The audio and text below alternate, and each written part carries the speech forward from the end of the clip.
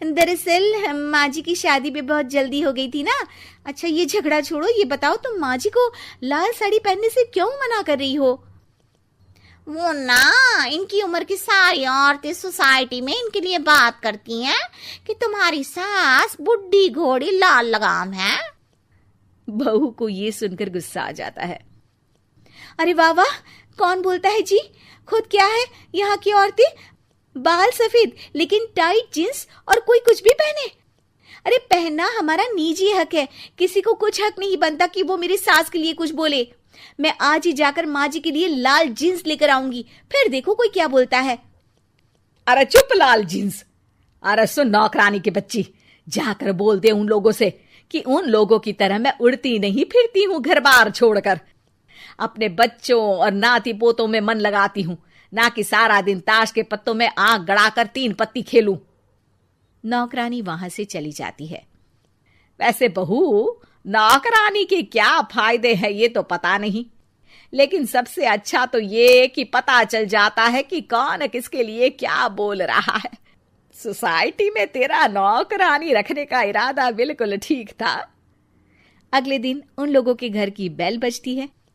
बहू दरवाजा खोलती है कि सामने कुछ औरतें खड़ी होती हैं। अरे बहू, कहाँ है तेरी सास? बुला जरा। अरे बहन जी, आप सारी एक साथ आइए आइए, कैसे आना हुआ? अरे 3 पत्ते खेलने आई हैं, क्यों खेलोगी? क्यों नहीं क्यों नहीं, वैसे भी बड़े दिन हो गए, एंटरटेनमेंट हुआ नहीं। बहू जा जाकर पकोड़े तो बना ला। अरे बस करिए, आगे कुछ पीछे कुछ। वैसे तो कहती है कि परिवार पर ध्यान देती है, हमारी तरह 3 पत्तियां नहीं खेलती। हमने कौन सा परिवार छोड़ दिया? सास सक पका जाती है। अब ये किसने कहा? मैं तो कहती हूँ कि मैं भी थोड़ा बाहर निकलूं। आपने ही तो कमला नौकरानी से ये सारी बात की थी। सास और बहू को अब सारी कहानी समझ आ जाती है कि सोसाइटी की औरतें क्यों भड़क रही हैं।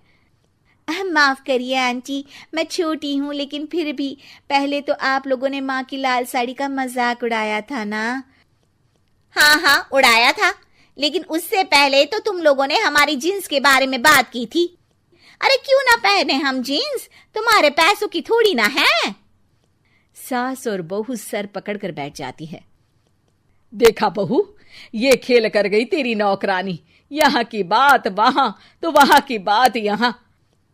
दोनों किसी तरह औरतों को समझा बुझाकर घर भेजती है और कसम खाती है कि नौकरानी को नौकरानी ही रहने देंगी।